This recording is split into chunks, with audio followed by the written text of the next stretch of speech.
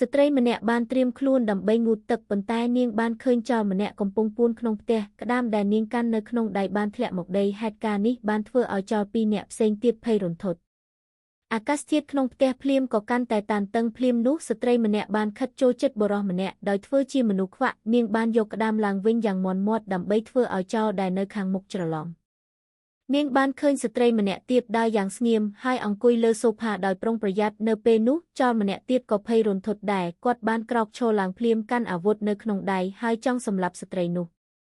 ប៉ុន្តែគាត់ត្រូវបានចោរម្នាក់ទៀតរារាំងគាត់បាននិយាយថាស្ត្រីនោះគ្រាន់តែជាមនុស្សខ្វាក់កំពុងស្វែងរកលុយការសម្លាប់មនុស្សមិនល្អទេចោរបានសង្កេតមើលរាល់ដំណើរសកម្មភាពរបស់នាងហើយមិនឃើញមានអ្វីចម្លែកចោរក៏ចាប់ផ្ដើមលែងប្រុងប្រយ័ត្នគាត់បានដោះម៉ាស់ចេញហើយបន្តស្វែងរកលុយទោះយ៉ាងណានៅពេលនេះដែរស្ត្រីបានលើកទូរស័ព្ទឡើងសកម្មភាពនេះធ្វើឲ្យចោរភ័យខ្លាំងប៉ុន្តែនៅពេលដែលគាត់ទៅថានាងកំពុងតែហៅម៉ូតូដឹកជញ្ជូនមកគាត់ក៏សម្រាលចិត្តវិញគាត់បន្តស្វែងរកលុយឯចោរម្នាក់ទៀតនៅតែមិនអាចបើកសេវេបានគាត់បានឃើញកូដហលើសេវេហើយចង់ប្រើទូរស័ព្ទរបស់ស្ត្រីស្កេនប៉ុន្តែគាត់ឃើញថាទូរស័ព្ទក៏លាក់អង្ដែរគាត់ព្យាយាមបើកចំហដោយប្រើមុខរបស់នាងប៉ុន្តែនាងពុំអើពើនាងគ្រាន់តែយកចិត្តទុកដាក់លើក្តាមចោរម្នាក់ទៀតមិនអត់ធ្មត់ទៀតហើយគាត់បានយកទូរស័ព្ទហើយស្កេនរូបថតដែលត្រូវបានព្យួរនៅលើជញ្ជាំងទូរស័ព្ទត្រូវបានបើកដោយងាយត្រូវទទួលស្គាល់ថាចោរនេះឆ្លាតណាស់